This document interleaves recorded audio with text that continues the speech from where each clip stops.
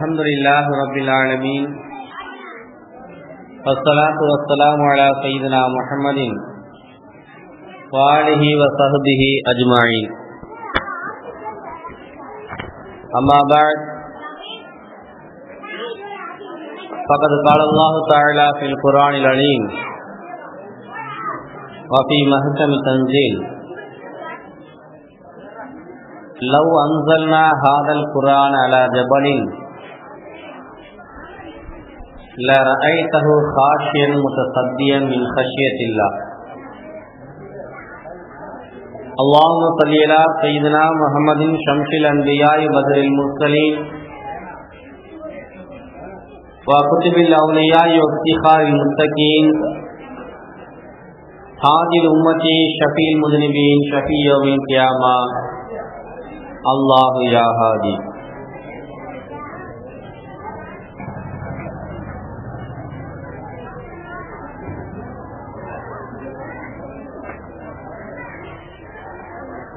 புகழ் அனைத்தும் அல்லாஹ் ஒருவனுக்கே உரித்தாக்குமாக. கண்மணி நாயகம் ரசூலுல்லாஹி ஸல்லல்லாஹு அலைஹி வஸல்லம் அவர்கள் மீதும் அவர்களுடைய தோழர்கள், குடும்பத்தினர் மற்றும் தாபீன்கள், தபோ தாபீன்கள், இமாம்கள், வலிமார்கள், நமது லால்பேட்டை மாநகரிலே நல்லடக்கம் செய்யப்பட்டிருக்கக்கூடிய வாழ்ந்து மறைந்த மாமேதைகள் மற்றும் இங்கே அமர்ந்திருக்கக்கூடிய நம் அனைவர் மீதும் அல்லாஹ்வின் புறத்திலிருந்து சாந்தியும் சமாதானமும் நிலவட்டுமாக. ஆமீன். அல்லாஹு ஜல்லஷானஹு வ தஆலா நபிகள் நாயகம் ஸல்லல்லாஹு அலைஹி வஸல்லம் அவர்கள் பிறந்த இந்த கண்ணியமான முதல் வசந்த மாதத்தின் பொருட்டால் நமது இல்லங்களில் இருக்கின்ற கடன் துணைகள் அனைத்தையும் அல்லாஹ் தஆலா குறைப்பானாக. நமக்கு வருகின்ற வருமானங்களில் அபரிமிதமான அதிகமான பரக்கத்தை அதில் ஏற்படுத்துவானாக. நமக்கு வருகிற வருவாய்கள் குறைவாகவே இருந்தாலும் அதை வைத்து நிறைவாக வாழும் நிலையை அல்லாஹ் உருவாக்கி தருவானாக.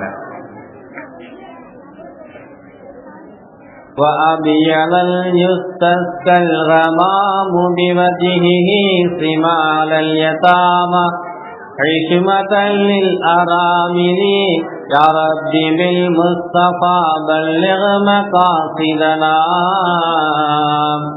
واصنع لنا ما ملا يا واصي الكرم.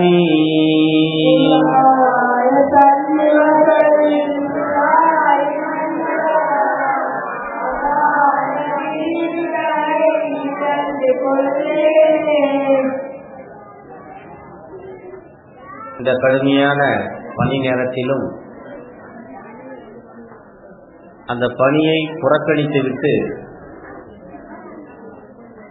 புறக்கணிக்க முடியாத பூமா நபி ஸல்லல்லாஹு அலைஹி வஸல்லம் அவருடைய புனித வரலாறை கேட்க வந்திருக்கும் நம் அனைவருக்கும் அல்லாஹ் தஆலா அருள் செய்யட்டும். அன்பார்ந்த அல்லாஹ்வின் நல்லடியார்களே, நேற்றைய தினம் நபிகள் நாயகம் ரசூலுல்லாஹி ஸல்லல்லாஹு அலைஹி வஸல்லம் அவர்கள் பிறந்தது முதல் பால் கொடுப்பதற்காக வேண்டி ஹலீமத்து சாதியா கொண்டு சென்ற வரலாறை நாம் பார்ப்போம். நபிகளார் பிறந்து ஒரு வார காலம்தான் ஆகியிருக்கிறது. நேற்றைய பயானினுடைய முடிவு அதுதான். நபிகளாருக்கு முஹம்மது என்று 4 எழுத்துகளில் ஒரு நிகரில்லாத ஒரு பொருள் கொண்ட ஒரு வாசகத்தை பெயர் வைக்கப்பட்டிருக்கிறது. அதை பற்றி நாம் நேற்றே பார்த்தோம். பெருமானாருடைய இந்த பெயர்கள், பெருமானார் ஸல்லல்லாஹு அலைஹி வஸல்லம் அவருடைய இந்த பெயர்கள் தௌராத் வேதத்தில மஹ்மூத் என்று பதிவு செய்யப்பட்டிருக்கிறது. ஜபூர் வேதத்துல மஹாமித் என்று பதிவு செய்யப்பட்டிருக்கிறது. இன்ஜீல் வேதத்துல அஹமது என்று பதிவு செய்யப்பட்டிருக்கிறது. இன்ஜீல் வேதம் கிரேக்க மொழியில இருக்குது. அந்த அசல் மொழியில இருந்துட்டு அது அரபி மொழியில மொழிபெயர்க்கும் பொழுது அகமது என்பதை பாரக்கலீது அப்படின்னு மொழிபெயர்த்தாங்க. பாரக்கலீது. அதை கிரேக்க மொழியில தைரகுலுதூஸ் என்று சொல்வார்கள். தமிழ் மொழியில பைபிள்ல ரசூலுல்லாஹி ஸல்லல்லாஹு அலைஹி வஸல்லம் அவர்களை பற்றி சொல்லும் பொழுது தேற்றவாளர். பைபிள்ல ரசூலுல்லாஹை பற்றி எப்படி வரும்? தேற்றவாளர் என்று வரும். பைபிள்ல இருந்து ஒரு வசனம் படிக்கிறேன், கேளுங்க. ஈசா அலைஹிஸ்ஸலாம் அவர்கள் சொல்லுகிறார்கள், ஈசா அலைஹிஸ்ஸலாம் அவர்கள் சொல்வது போன்று அமைக்கப்பட்டிருக்கக்கூடிய ஒரு வசனம், பைபிளில் இருந்து ஒரு வசனம். நான் பிதாவை வேண்டிக் கொள்வேன், அப்பொழுது என்றென்றைக்கும் உங்களுடனே கூட இருக்கும்படிக்கு சத்திய ஆவியாகிய வேறொரு தேற்றவாளனை அவர் உங்களுக்கு தந்தருள்வார். வேறொரு தேற்றவாளனை உங்களுக்கு தந்தருள்வார். அதாவது நான் இறைவனிடத்துல வேண்டிக்கிறேன், அவர் உங்களோட எப்பயுமே கூட இருக்கக்கூடிய ஒரு தேற்றவாளரை உங்களுக்கு தருவார். உங்களுக்கு கூடவே எப்பயுமே இருந்து கொண்டிருப்பார். அப்படிப்பட்ட ஒரு தேற்றவாளரை உங்களுக்கு தருவார் அப்படின்னு ஈசா நபி சொல்வது போன்ற ஒரு வசனம். இது யோவான் அப்படிங்கிற அத்தியாயத்துல அதிகாரம் 14 வசனம் 16.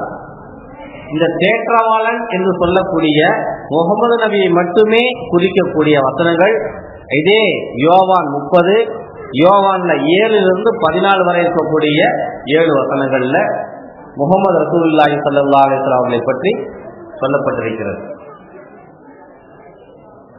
பெருமானாருடைய வருகையை பற்றி எல்லா வேதங்களிலும் பேசி இருக்கிறது. எல்லா வேதங்களிலும் அவருக்கு ஒவ்வொரு வகையான பெயர்கள் உண்டு. பவித்திய புராணம் சொல்லி ஒண்ணு இருக்குது தமிழ்ல. அந்த பவித்திய புராணத்துல கூட ரசூலுல்லாவை பற்றி சொல்லும் பொழுது மஹாமத் என்றுதான் சொல்லப்பட்டிருக்கிறது. தமிழ்ல இருக்கக்கூடிய நம்ம நாட்டு புராணங்கள், கீதை, பகவத்கீதை, ராமாயணம் அப்படின்னு சொல்றோம் இல்லையா, அந்த வகைராக்கள்ல உள்ளதான் ஒரு பவித்திய புராணம் அப்படிங்கிற ஒரு வேத நூல். அந்த வேத நூல்ல கூட மஹாமத் என்கிற பெயரில் தான் பதிவு செய்யப்பட்டிருக்கிறது. ஆக பெருமானாருடைய பெயர் மட்டுமல்ல, பெருமானாருடைய வரலாறு முழுவதுமே எல்லா வேத நூல்களிலும் தெளிவாக பதிவு செய்யப்பட்டிருக்கிறது என்பதை நாம் புரிந்து கொள்ள வேண்டும். அன்னையார் ஹலீமா சாதியா அவர்கள் நபிகள் நாயகம் ரசூலுல்லாஹி ஸல்லல்லாஹு அலைஹி வஸல்லம் அவர்களை அழைத்து கொண்டு தன்னுடைய வீட்டுக்கு போயிட்டாங்க. வீட்டுக்கு போன பிறகு அவங்களுடைய வீட்டுல எந்த விதமான குறைவுகளுமே கிடையாது. அவங்களுடைய வீடு ரொம்ப ஆபாதா இருந்துச்சு, ரொம்ப செழிப்பா இருந்தாங்க. அந்த வீட்டுல யாருக்குமே நோய் நொடியே கிடையாது. ரொம்ப ஆரோக்கியமோடு அவர்கள் வாழ்ந்தார்கள். அவங்களுடைய வீட்டுல ஆட்டு மந்தைகள் சில இருந்தன. அந்த ஆடுகளை ஓட்டி கொண்டு பாலைவனத்தினுடைய மலை மேடுகளில், பாலைவனத்துல மலைகள் இருக்கும், அந்த மலைகள்ல மேய்ப்பதற்காக வேண்டி செல்லுவார்கள். சவுண்ட குறைக்கீங்க. பாலைவனத்தில் ஆடுகளை மேய்ப்பதற்காக வேண்டி மலைகள் மீது ஏறி செல்வார்கள். அப்படி ஏறி செல்லும் பொழுது அந்த ஆடுகள் எல்லாம் போய் மேயும். ஊர்ல இருக்கிறவங்க எல்லாம் கொண்டு போய் ஆடு மேய்ப்பாங்க. அங்க மேயறதுக்கு இடமே இருக்காது, ஏன்னா புற்புண்ணுகளே செடிகொடிகளே இருக்காது.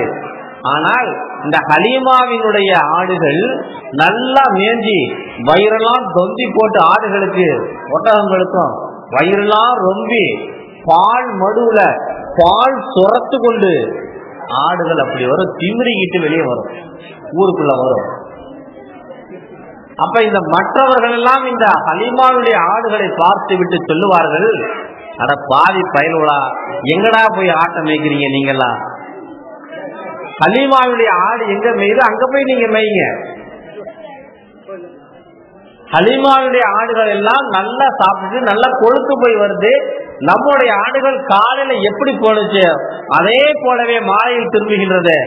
முதல்ல ஹலீமாவுடைய ஆடுகளை மேய்ப்பது கூட நீங்கள் மேயுங்கள் என்று ஊரில் இருப்பவர்கள் எல்லாம் சொல்லுவார்களாம். அந்த அளவுக்கு அல்லாஹ் தஆலா ஹலீமா அம்மையாருக்கு மட்டும் பரக்கத்து செய்யல, ஹலீமா அம்மையார் வீட்டில் இருக்கக்கூடிய ஆடுகளுக்கும் அல்லாஹ் பரக்கத்து செஞ்சான், ஹலீமா அம்மையாருடைய வீடுகளில் இருக்கக்கூடிய ஒட்டகங்களுக்கும் அல்லாஹ் பரக்கத்து செஞ்சான். அவ்வளவு சந்தோஷமா இருந்தாங்க. ஹலீமா அம்மா சொல்றாங்க, நாங்க வறுமையிலும் பசி பட்டினியிலும் நோய் நொடிகளிலும் நாங்கள் உழன்று கொண்டிருந்தோம். வாழ்க்கையை எப்படி கடத்துவது என்று நாங்கள் சிந்தித்துக் கொண்டிருந்த நேரத்தில் இந்த அனாதை சிறுவன் எங்கள் இல்லத்தில் வந்து எங்களை ஆதரித்தான். இந்த அனாதை சிறுவர் எங்களுடைய இல்லங்களுக்கு வந்து எங்களை ஆதரித்தார். நாங்க அவருக்கு பால் கொடுக்கல, அவர் தான் எங்களுக்கு பால் ஊற்றினார் அப்படிங்கிறாங்க ஹலீமா அம்மா. அவ்வளவு சந்தோஷமான முறையில் நபிகள் நாயகம் ரசூலுல்லாஹி ஸல்லல்லாஹு அலைஹி வஸல்லம் அவர்களை வளர்ப்பதில் பெரிய கவனம் எடுத்து வளர்த்தார்கள். ஒரு நாள் ரசூலுல்லாஹ் அந்த ஹலீமாவுடைய பிள்ளைகள் வந்து 3, அப்துல்லா, ஹலீமாவுடைய பிள்ளைகள் 3, அப்துல்லா, அனீஷா, ஷைமா. ஒரு ஆம்பளை பிள்ளை, 2 பொம்பளை பிள்ளைங்க. அது மட்டும் இல்லாம ரசூலுல்லாஹ் 4 பேர்.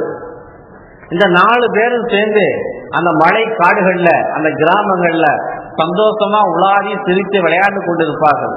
பக்கத்து வீட்டு பிள்ளைகளோடு சேர்ந்து ஒரு முறை விளையாண்டு கொண்டிருந்தார்கள். அப்ப இந்த ஹலீமா அம்மா எங்க பிள்ளைய காணமே சொல்லி தேடிக்கிட்டு பிள்ளைகளை தேடிக்கொண்டு வராங்க. மரமே இல்லாத ஒரு இடத்தில் அந்த பிள்ளைகள் விளையாண்டு கொண்டிருக்குது.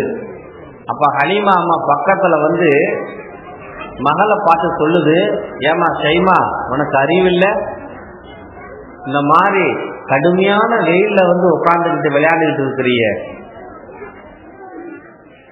அப்ப அந்த ஷைமா தங்கச்சி சொல்லுது, ரசூலுல்லாஹ்வுடைய தங்கச்சி, அது ரசூலுல்லாஹ்வோட சின்னது, ஏமா நீ எங்க இருக்கிற தெரியுமா? நீ இப்ப நிழல்ல தான் இருக்கிற. இந்த குறைஷி அண்ணன் எங்கெல்லாம் இருக்கிறாங்களோ அங்கெல்லாம் நிழல் இருக்குமா? இந்த குறைஷி அண்ணன் எங்கெல்லாம் இருக்காங்களோ அங்கெல்லாம் நிழல் இருக்குமா? நீ கூட இப்ப நிழல்ல தாமா நிக்கிற. அப்பதான் அந்த அம்மா உணர்ந்து தரையை பார்க்கிறார்கள். அந்த இடத்துல மட்டும் கருப்பா இருக்குது, மேல பார்த்தா மேகம் குடைப்பிடிக்கிறது. அப்படி ரசூலுல்லாஹி ஸல்லல்லாஹு அலைஹி வஸல்லம் அவர்களுக்கு, அதாவது நம்ம சின்ன பிள்ளைங்களை எப்படி பாதுகாப்பா வளர்ப்போம், நம்ம சின்ன பிள்ளைங்களை எப்படி பாதுகாப்பா வளர்ப்போம், வீட்டினுடைய இந்த மாதிரி தெருவில் வீடுகள் இருந்துச்சுனாக்கா கதை என்னைக்குமே மூடியே வைப்போம். குடுகுடுன்னு பிள்ளைங்க ஓடி வந்து சைக்கிளில் காரில் ஏதாவது அடிபட்டுரும் அப்படின்ட்டு. பிள்ளைங்க ஏதாவது எடுத்து வாயில போட்டுன்னு சொல்லி வாயில போடக்கூடிய வாய்க்குள்ள நுழையக்கூடிய சின்ன சின்ன பொருள்களை நம்ம வீட்டுக்குள்ள எங்கேயுமே வைக்கவே மாட்டோம். அவ்வளோ பாதுகாப்பாக வச்சுக்குவோம். ரசூலுல்லாவை அல்லாஹ் தஆலா வளர்த்தான். எப்படி வளர்க்கிறான் பாருங்க, வெயில போகாம வளர்க்கிறான். நம்ம பிள்ளை அப்படிதான் வளர்க்குறோம். மவனே வெளியே போயிடாத, வெயிலுக்கு போயிடாத, நீ தடுத்துடுவ, வெயில போய் விளையாடாத, சூடு பிடிச்சிக்கும், மண்ணில் போய் விளையாடாத, உனக்கு வியாதிகள் வரும் சொல்றோம் இல்லையா? அதே போல அல்லாஹ் தஆலா ரசூலுல்லாவை வெயிலில் விடாமல் பாதுகாப்பாக வளர்த்தான். அதே போன்று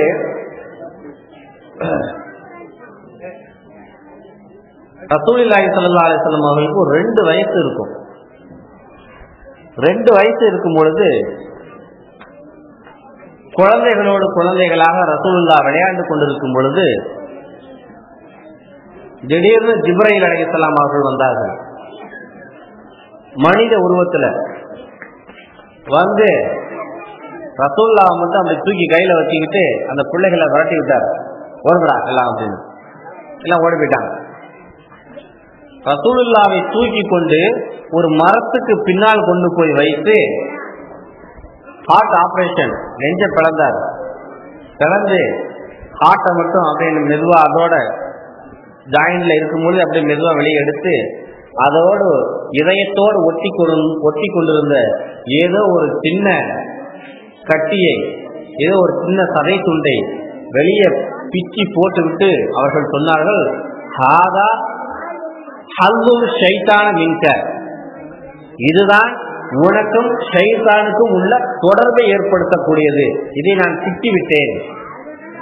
இதுதான் உனக்கும் ஷைத்தானுக்கும் தொடர்பை ஏற்படுத்தக்கூடியது, அதை நான் துண்டித்து விட்டேன் என்று சொல்லி அதை பிச்சி தூக்கி போட்டுட்டு ஜம்சம் தண்ணீரால அவருடைய இதயத்தை கழுகி சுத்தப்படுத்தி மீண்டும் உள்ளுக்கு வச்சு பொருத்திட்டாங்க. இத மரத்துக்கு பின்னால வேலை நடந்துகிட்டு இருக்கு. இந்த வேலை, இந்த காட்சியை சில பிள்ளைகள் மரத்துக்கு பின்னால இருந்து எட்டி பாக்குறாங்க. பார்த்த உடனே ரசூலுல்லாஹ் அந்த நெஞ்சிலாம் பிளக்கப்பட்டு ரத்த கலையாக இருக்கக்கூடிய காட்சியை பார்த்த உடனே நேரா ஓடி போனாங்க. ஹலீமா, உன் பிள்ளை முகமதை யாரோ கொலை பண்ணிட்டாங்க, உன் குழந்தைய முகமத யாரோ கொலை பண்ணிட்டாங்க அப்படின்னு சொல்லப்பட்டுச்சு. அந்த அம்மா, ஐயோ யார் பத்தமில்ல, நம்ம ஒரு இருந்து வாங்கிட்டு வந்திருக்கிறோமே, அவங்களுக்கு என்ன பதில சொல்லுவோம் அப்படின்னு சொல்லி வயிற்றுல வாயில அடிச்சுட்டு அந்த அம்மா ஓடி வராங்க. வந்து பார்த்தா ரசூலுல்லாஹ் அந்த மரத்துக்கு பின்னால இருந்து ஒன்றும் தெரியாத குழந்தையை போன்று ஜட்டி ஒண்ணு போட்டிருக்காங்க. ரசூலுல்லாஹ் கீழே மட்டும் ட்ரெஸ் இருக்கு, மேல ட்ரெஸ் இல்லை, அப்படியே வராங்க. அந்த களைப்பு மட்டும் அவருடைய முகத்தில் காணப்படுகிறது. அந்த ஆபரேஷன் நடந்த ஒரு களைப்பு மட்டும் முகத்தில் காணப்படுகிறது. அந்த முகம் கொஞ்சம் வெளிரி போன மாதிரி, கொஞ்சம் வெளிச்சமா, கொஞ்சம் பிரகாசமா தெரியுது. முன்பு இருந்ததை விட கொஞ்சம் அழகாக காட்சியளிக்கிறார்கள் ரசூலுல்லாஹ். இந்த அம்மா அந்த குழந்தைய அப்படியே தூக்கி எடுத்துக்கிட்டு வாரி அடைச்சிக்கிட்டு முத்தமடை பொழிந்து, என்ன ஆச்சோ ஏதாச்சோ தெரியல, ஏதாவது ஜின்னுகள் எதுவும் தொட்டு விட்டதோ என்று அந்த அம்மா பயந்துட்டாங்க. இந்த நிகழ்ச்சிய ரசூலுல்லாஹி ஸல்லல்லாஹு அலைஹி வஸல்லம் அவங்க கூட இருந்த அனஸ் ரலியல்லாஹு அன்ஹு அவர்கள் சொல்லக்கூடிய ஒரு ஹதீஸ் முஸ்லிம்ல பதிவு செய்யப்பட்டிருக்கு. ஹார்ட் ஆபரேஷன் செஞ்சாக்க அந்த உடம்புல அந்த நெஞ்சில் எப்படி அந்த தையல்கள் இருக்கும், அதே போன்று தையல் இருந்ததை நான் பார்த்தேன். யார் சொல்றா? 50 வயசு 60 வயசுல ரசூலுல்லாஹ்க்கு அந்த ஆபரேஷன் செஞ்ச அந்த தையலுடைய பலு இருந்ததை நான் பார்த்தேன் என்பதாக அனஸ் ரலியல்லாஹு தஆலா அவர்கள் சொல்லுகிறார்கள். ஏன்னா இவர் சொன்னா கண்டிப்பா நம்பி ஆகணும். ரசூலுல்லாஹ்வுடைய எடுபுடி வேலைகளை செய்து கொடுப்பவர் இவர். சின்ன குழந்தையா போய் சேர்த்தாங்க. 7 வயசு 8 வயசுல போய் ரசூலுல்லாஹ்ட்ட வேலைகளுக்கு சேர்ந்தார். அப்ப அவர் சொல்வது 100% உண்மை. இப்படி பைபாஸ் சர்ஜரிங்கிறது ஒரு தடவை செய்யப்படல, 4 முறை செய்யப்பட்டது ரசூலுல்லாஹ். 2வது வயசுல ஒரு முறை, 10வது வயதுல ஒரு முறை, 40வது வயதுல ஹிரா குகையில முதல்ல ஜிப்ரீல் வஹி கொண்டு வந்தாரே அதற்கு முன்னதாக ஒரு முறை, மேராஜுக்கு போகும்போது ஒரு முறை, மொத்தம் 4 முறைகள் ரசூலுல்லாஹ்வுக்கு நெஞ்சு பிளக்கப்பட்டது, பைபாஸ் சர்ஜரி ஆபரேஷன் செய்யப்பட்டது. இப்ப நம்ம இந்த இதுல நம்ம ஒரு சின்ன ஒரு ஆய்வு, ரசூலுல்லாஹ்வுக்கு 4 தடவை எதுக்கு இந்த ஆபரேஷன், எதுக்கு இந்த வேலையை அல்லாஹ் செய்யறான், இதனால என்ன பயன்? எடுக்கும் போது முதல்ல அந்த ஈரல் குலையிலிருந்து ஒரு துண்டை பிச்சு போடும்போது ஜிப்ரீல் சொன்னார், இது உனக்கும் ஷைத்தானுக்கும் தொடர்பை உண்டு பண்ணக்கூடிய ஒரு பொருள், அதனால நான் பிச்சு போட்டேன் அப்படிங்கிறாங்க. ஷைத்தானுடைய ஊசலாட்டம் ரசூலுல்லாஹ்விடத்தில் வந்துவிடக் கூடாது என்பதற்காக வேண்டி அந்த சிறு துண்டு அகற்றப்பட்டது. எப்ப ஷைத்தானுடைய ஊசலாட்டம் வரக்கூடாதுன்னு சொல்லி அந்த துண்டை அகற்றிட்டோமோ அது மீண்டும் மீண்டும் வளரும் போல இருக்குது. வளர்ந்ததின் காரணமாக தான் 4 முறை ஆபரேஷன். சரி, இப்படி செய்யறது கூடுமா? சைத்தானை தூக்கி வெளியே போட்டாச்சுன்னா அந்த மனிதன் புனிதனாகி விடுவான். ஏன் உடம்புல இருக்கக்கூடியதை கூட எடுத்து வெளியே போட்டாச்சுன்னா நானும் புனிதன் ஆயிடுவேன், நீங்களும் புனிதன் ஆயிடுவீங்க. அப்ப எனக்கும் ரசூலுல்லாஹ்வுக்கும் என்ன வித்தியாசம்? உங்களுக்கும் ரசூலுல்லாஹ்வுக்கும் என்ன வித்தியாசம்? ஒண்ணுமே இல்ல. ஆனா ரசூலுல்லாஹ்வுக்கு இந்த சைத்தானை வெளியேற்றுவதற்காக வேண்டி மட்டும்தான் இந்த ஆபரேஷன் செய்யப்பட்டதா அப்படின்னா இல்ல. இது நமக்கு சொல்லப்பட்ட காரணம். இது நமக்கு சொல்லப்பட்ட ஒரு காரணம், நாம் புரிய வேண்டும் என்பதற்காக வேண்டி சொல்லப்பட்ட ஒரு காரணம். இதுக்கு உண்மையான காரணம் என்னன்னா, அல்லாஹ்வினுடைய அந்த ஆற்றல்களில் சில விஷயங்களை, அந்த வேதத்தை, மற்றபடி எல்லா கருத்துகளையும் ரசூலுல்லாஹ் தாங்க வேண்டும். அந்த தாங்குவதற்காக வேண்டி, அந்த சக்தியை ஏற்றுக்கொள்வதற்காக வேண்டி ஏற்படுத்தப்பட்ட ஒரு பவர் தான் இந்த ஆபரேஷன்.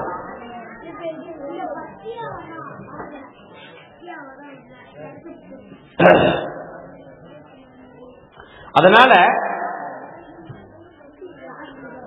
பல்வேறு ஆற்றல்களை, பல்வேறு சக்திகளை தாங்க வேண்டும் என்பதற்காக வேண்டி செய்யப்பட்டதுதான் இந்த ஆபரேஷன். ஏன் தெரியுங்களா? ரசூலுல்லாஹ் கிட்ட கூட சைத்தான் இருந்தான். புகாரி முஸ்லிம்ல எல்லா ஆளும் படிச்சிருப்பீங்க. ஒரு ஹதீஸ் வரும் புகாரில, ஏன் கூட இருக்கக்கூடிய சைத்தான் முஸ்லீம் ஆகிவிட்டான். ரசூலுல்லாஹ் சொல்லுவாங்க, எல்லாரு கூடயும் 2 சைத்தான் இருக்கிறாங்க. சைத்தான் இல்லாத ஆளே கிடையாது ஈசா அலைஹிஸ்ஸலாத்தை தவிர. ஈசா அலைஹிஸ்ஸலாத்துக்கு மட்டும்தான் என்ன இல்ல, சைத்தான் இல்ல. அவர் அற்புதமான முறையில் பிறந்தவர் அல்லவா, அதனால அங்க மட்டும் இல்லை. ரசூலுல்லாஹ் முதற்கொண்டு, ஆதம் நபி முதற்கொண்டு எல்லாத்துக்கிட்டையும் சைத்தான் இருக்கிறான். அப்ப அந்த சைத்தானை ரசூலுல்லாஹ் சொல்றாங்க, என்கிட்ட இருக்கக்கூடிய சைத்தான் எனக்கு கட்டுப்பட்டு விட்டான். அஸ்லம சைத்தானி, ஏன் சைத்தான் கட்டுப்பட்டு விட்டான் என்று அந்த இடத்துல பொருள் வைக்க வேண்டும். அஸ்லமா அப்படிங்கிற வார்த்தைக்கு முஸ்லீம் ஆயிட்டான அவன் சொர்க்கவாதி ஆகிடுவான். அவன் கட்டுப்பட்டு விட்டான் ரசூலுல்லாஹ். அவன் நன்மையும் ஏவ மாட்டான், தீமையும் ஏவ மாட்டான். எந்த அளவுக்குன்னா, ஒரு நாள் மஸ்ஜித் நபவியில நபிகள் நாயகம் அவர்கள் ஒரு சைத்தான் ஏதோ ஒரு பிரச்சனையை பண்ணி அடிக்கடி பிரச்சனை பண்ணிக்கிட்டே இருந்தான். ஒரு சைத்தான் ரசூலுல்லாஹ் அவனை பிடிச்சி மஸ்ஜித் நபவியில உஸ்துவானத்து அபீதர்னு ஒரு தூண் ஒண்ணு இருக்கு, அந்த தூண்ல பிடிச்சி கட்டி போட்டார். நைட்ல காலையில பஜ்ருக்கு எல்லாரும் வரட்டும் பார்க்கட்டுங்க அப்படின்னு கட்டி போட்டு வச்சுட்டாங்க. திடீர்னு தகஜத்துக்கு எழுந்திருச்ச நபிகள் நாயகம் அவர்கள் வந்து அவனை அவிழ்த்து விட்டு விட்டாரு. போடா அப்படின்னு விட்டாங்க. அவன் போயிட்டான். மறுநாள் பஜ்ர்ல ரசூலுல்லாஹ் சொல்றாங்க, நேற்று இரவு ஒரு சைத்தான் இந்த தூணில் நான் கட்டி போட்டு வைத்திருந்தேன், நீங்கள் எல்லாம் பார்க்க வேண்டும் என்று நான் கட்டி போட்டிருந்தேன். ஆனா தகஜத்துக்கு நேரத்துலதான் எனக்கு ஒரு நினைவு வந்தது, சுலைமான் நபி ஒரு துவா கேட்டிருக்கிறார், யா அல்லாஹ் எனக்கு உலகத்தில் இருக்கக்கூடிய எல்லா சைத்தான் ஜின்னுகளையும் எனக்கு கட்டுப்பட செய்வாயாக. இந்த ஆற்றலை வேற யாருக்கும் நீ கொடுத்திருக்கவும் கூடாது, இதுக்கு பின்னாடி நீ யாருக்கும் கொடுக்கவும் கூடாது என்று ஒரு துவா கேட்டிருக்கிறார். சுலைமான் நபிக்கு நான் மரியாதை செலுத்தும் விதமாக இதை நான் அவிழ்த்து விட்டு விட்டேன் என்பதாக சொல்லப்படுகிற ஹதீஸ் புகாரி முஸ்லிம்ல பதிவு செய்யப்பட்டிருக்கு. அப்ப சைத்தானை அடக்கி ஆளுகிற சக்தி ரசூலுல்லாஹ்வுக்கு இருக்குது. சைத்தானையே அடக்கி ஆளக்கூடிய சக்தி ரசூலுல்லாஹ்வுக்கு இருக்குது. அப்புறம் என்ன அந்த ஆபரேஷன்? அதுல இருந்து ஒரு பிச்சு கட்டியை தூக்கி வெளியே போட்டது, இது சைத்தானுக்கு உங்களுக்கு இருக்கக்கூடிய தொடர்பை அதிகப்படுத்தும், அதனால்தான் இதை நான் வெளியேற்றுகிறேன் என்று ஜுபைர் சொன்னதற்கு காரணம் என்னவென்றால், காரணம் இது மட்டுமல்ல, ரசூலுல்லாஹ்வுக்கு ஒரு அதிகப்படியான சக்தியை கொடுக்க வேண்டும் என்பதற்காக வேண்டிதான். அப்படி என்ன சக்தி? அல்லாஹ் தஆலா ரசூலுல்லாஹி ஸல்லல்லாஹு அலைஹி வஸல்லம் அவருடைய கண்களுக்கு ஒரு பவரை கொடுத்தார், அவருடைய கல்பு இதயத்திற்கு ஒரு பவரை கொடுத்தான், அவருடைய காதுகளுக்கு ஒரு பவரை கொடுத்தான், அவருடைய நாவுக்கு ஒரு பவரை கொடுத்தான், மொத்த உடலுக்கும் ஒரு பவரை கொடுப்பதற்காக வேண்டிதான் இந்த ஆபரேஷன். என்ன பவர் கிடைச்சதுனால என்ன பிரச்சனை சால்வ் ஆனுச்சு அப்படின்னா, உங்களுக்கு எல்லாம் தெரியும், லவ் அன்ஸல்னா ஹாதல் குர்ஆன் அலா ஜபலின் லா ரஅய்து காஷியம் முத்தசத்தியம் மின் கஷியத்தில்லாஹ். நபியே, அல்லாஹ் சொல்றான், நபியே, இந்த குர்ஆனை ஒரு மலை மீது நாங்கள் இறக்கி இருந்தால் அது என் மீது உள்ள அச்சத்தால் துண்டு துண்டாக தவிடு கோடியாக வெடித்து சிதறி இருக்கும். அப்ப அவ்வளவு பாரதூரமானது, அவ்வளவு சக்தி வாய்ந்த ஒரு அணுகுண்டு மாதிரி அந்த குர்ஆன்ங்கிறது பயங்கரமான பவர் வாய்ந்தது. அந்த பவர் வாய்ந்த அந்த குர்ஆனை ரசூலுல்லாஹ் சாதாரணமா தாங்கிட்டு இருந்தாங்க. 2300க்கும் மேற்பட்ட முறை ஜிப்ரீல் வந்து அந்த திருக்குர்ஆனுடைய வாசகங்களை கொடுத்து விட்டு சென்றார். 6666 வசனங்கள் ஜிப்ரீல் தினம் அப்பப்போ கொண்டு வந்து கொடுப்பாரு. அந்த வகை எத்தனை தடவை இருந்துச்சுன்னா 2000க்கும் மேற்பட்ட முறை இருந்ததா வகை. அப்போ ஒவ்வொரு தடவை கொண்டு வந்து கொடுக்கும் பொழுதும் அந்த வெயிட்டை தாங்கக்கூடிய ஆற்றல் ரசூலுல்லாஹ் அந்த ஆபரேஷன் மூலமா தான் கிடைச்சது. ஒரு மனிதன் அதை எப்படி தாங்க முடியும்? அதற்காக வேண்டிதான் இந்த ஆபரேஷன் நடந்ததாக திருக்குர்ஆன் நமக்கு சொல்லி காட்டுகின்றது. அது மட்டும் இல்லாம நமக்குதான் சாதாரணமாவே தெரியும், ஒரு ஆள் ஒரு 4 டிகிரி 5 டிகிரி தான் வாங்குவான். ஒரு MA MPhil PhD, இன்னொரு PhD, இன்னொரு MA, இன்னொரு MPhil, இப்படி ஒரு 7-8 டிகிரி வாங்கிக்கலாம். அவனதான் படிக்க முடியும் ஒரு ஆளால. ஓவரா படிச்சாக்க அவன் பைத்தியம் ஆயிடுவான். அப்படி இல்லைன்னா படிக்கிற விஷயங்கள் எதுவுமே மனசுல நிக்காது. என்னமோ படிக்க வேண்டியதான், ஏதோ போக வேண்டியதான், தூக்கி போட்டு போக வேண்டியது, அப்படி ஆகிவிடும். ஆனா ரசூலுல்லாஹ்வுக்கு அந்த ஞானங்களை கொடுப்பதற்காக வேண்டி, அந்த ஞானங்களை, அந்த அறிவும் அந்த உள்ளமும் தாங்குவதற்காக வேண்டி செய்யப்பட்ட ஆபரேஷன் தான் இந்த ஆபரேஷன். மூசா அலைஹிஸ்ஸலாம் அவர்கள் அல்லாஹ்ட்ட கேட்கிறாங்க, ரப்பி அரிணி அங்குரு இலைக்க, நான் உன்னை பார்க்கணும், வா. மூசா அலைஹிஸ்ஸலாம் கூப்பிடுறாங்க, நான் உன்னை பார்க்கணும், நீ வா. அல்லாஹ் சொல்றான், லன் தனானி, என்ன நீ பார்க்க முடியாது. வலாக்கின் அங்குரு இலல் ஜபலி, என்ன நீ பார்க்க முடியாது அப்படிங்கிறதுக்கு ஒரு ஆதாரம் சொல்றேன், கேட்டுக்க. வலாக்கின் அங்குரு இலல் ஜபலி, இந்த மலையை பாரு.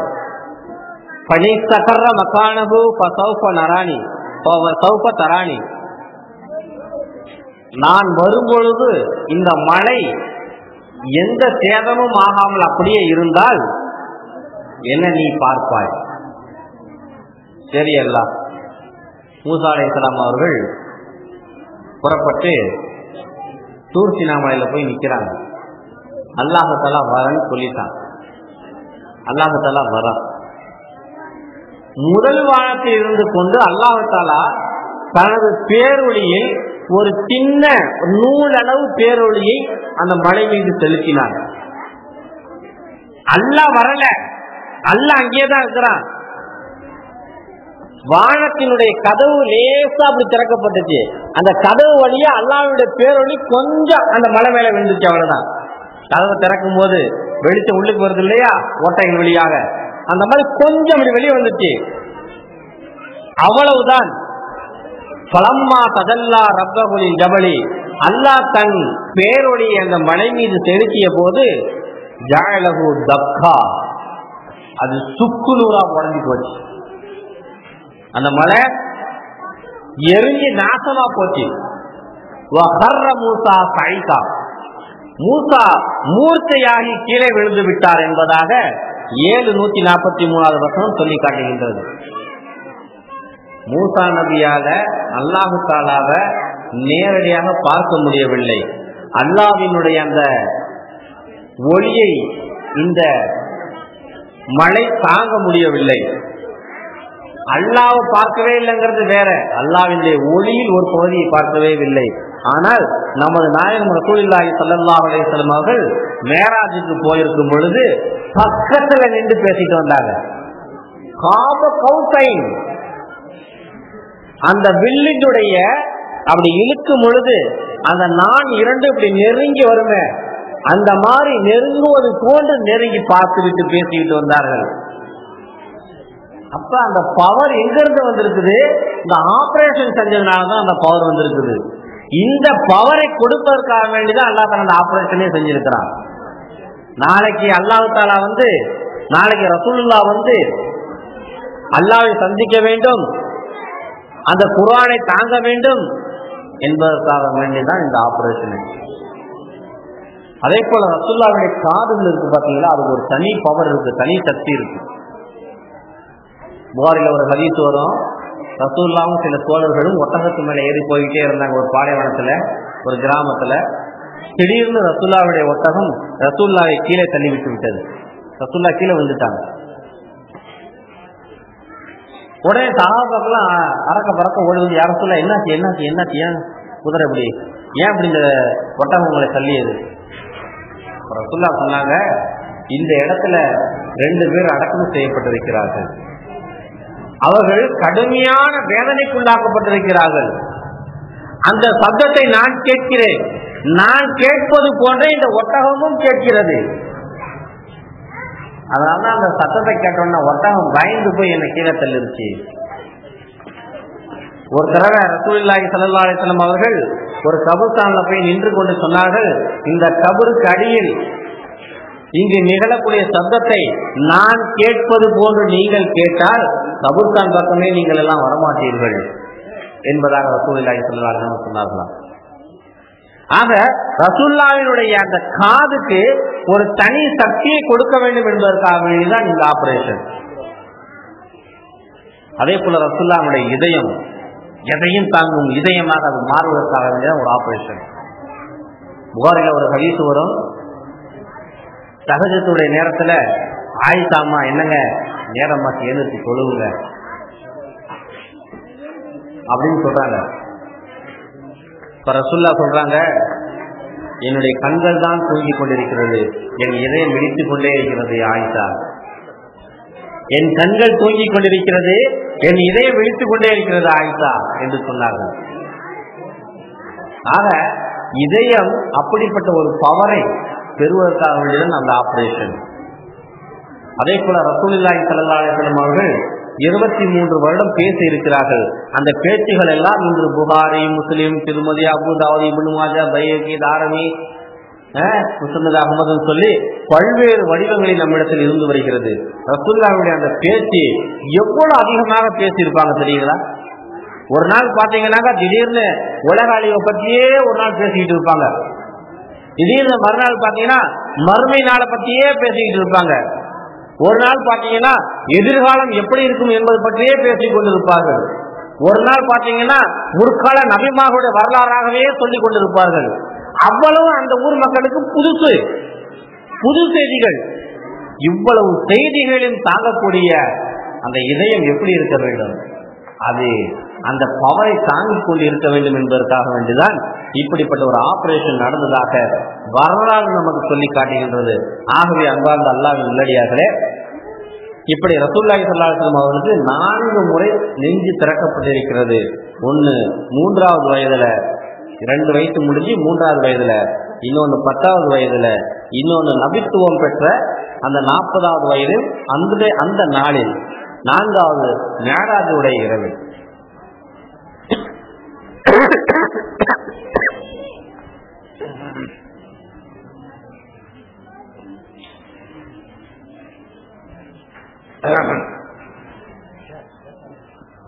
மூணாவது வயதுல நபிகள் நாயகம் அவர்களுக்கு அந்த ஆபரேஷன் முடிஞ்சு இந்த மரத்தை விட்டு அப்படி வெளியே வரும்போது ஹலீமா அம்மா ஓடி போய் அந்த குழந்தையை வாரி தூக்கி அழைத்து, மகனே உனக்கு என்ன ஆச்சு அப்படின்னு கேட்குறாங்க. ரசூலுல்லாஹ், எனக்கு ஒன்றும் இல்லைம்மா, நல்லாதாம்மா இருக்கிறேன். இந்த அம்மாவுக்கு பயம் வந்துருச்சு. நாளைய பிள்ளை ஏதாவது ஆனா என்ன செய்யறது, நம்ம தானே இந்த குடும்பத்துக்கு பதில் சொல்லணும் அப்படின்னு இந்த அம்மா நேராக கொண்டுட்டு போகிறாங்க வீட்டுக்கு. ரசூலுல்லாஹ்வுடைய அம்மாட்ட கொண்டு போய் விட்டாங்க. இந்த மாதிரி உங்கள் குழந்தைய நீங்களே பார்த்துங்க, 2 வருஷம் பால் கொடுத்து முடிஞ்சிருச்சு, நீங்கள் வச்சுக்கிங்க அப்படின்னு கொடுத்தாங்க. இப்போ ஆமீனா அம்மா சொன்னாங்க, இன்னும் ஒரு 2 வருஷம் நீயே பார்த்துக்கோமா உங்ககிட்ட இருந்தாதான் புள்ள ஆரோக்கியமா இருக்கும், பாரு என் பிள்ளை எப்படி இருக்கா நல்லா புதுன்னு, நீ இன்னும் 2 வருஷம் அங்கேயே இருக்கு, நீ வச்சிக்க.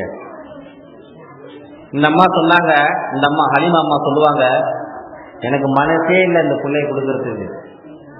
என்ன செய்யறது, சம்பிரதாயம் 2 வருஷம் கழிச்சு கொடுக்குறேன்னு சொல்லியிருந்தேன், அதனால கொடுக்கறதுக்கு நான் போனேன்.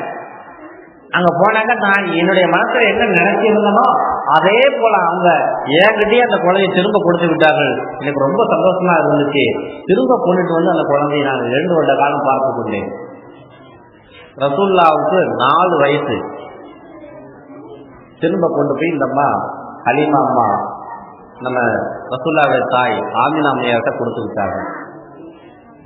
ஆமினா அம்மையார் அவர்களிடத்தில் ரசூலுல்லாஹி ஸல்லல்லாஹு அலைஹி வஸல்லம் அவர்கள் 2 வருடங்கள் வளர்ந்தார்கள்.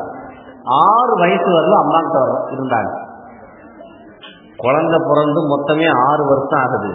அதுல 4 வருடங்கள் இன்னொரு தாய்கிட்ட இருந்தாங்க. 2 வருடம் தான் சொந்த அம்மா கிட்ட ரசூலுல்லா வாழ்ந்தாங்க. 2 வருஷத்துக்கு பிறகு ஆமினா அம்மாவுக்கு ஒரு ஆசை, நம்ம பிள்ளையும் நல்லா வளர்ந்துட்டாரு.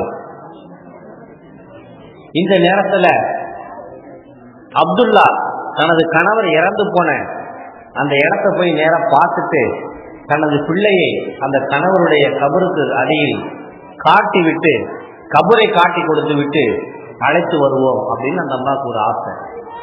கணவருடைய கபரை ஜியாரத்து செய்ய வேண்டும் என்று ஆசை.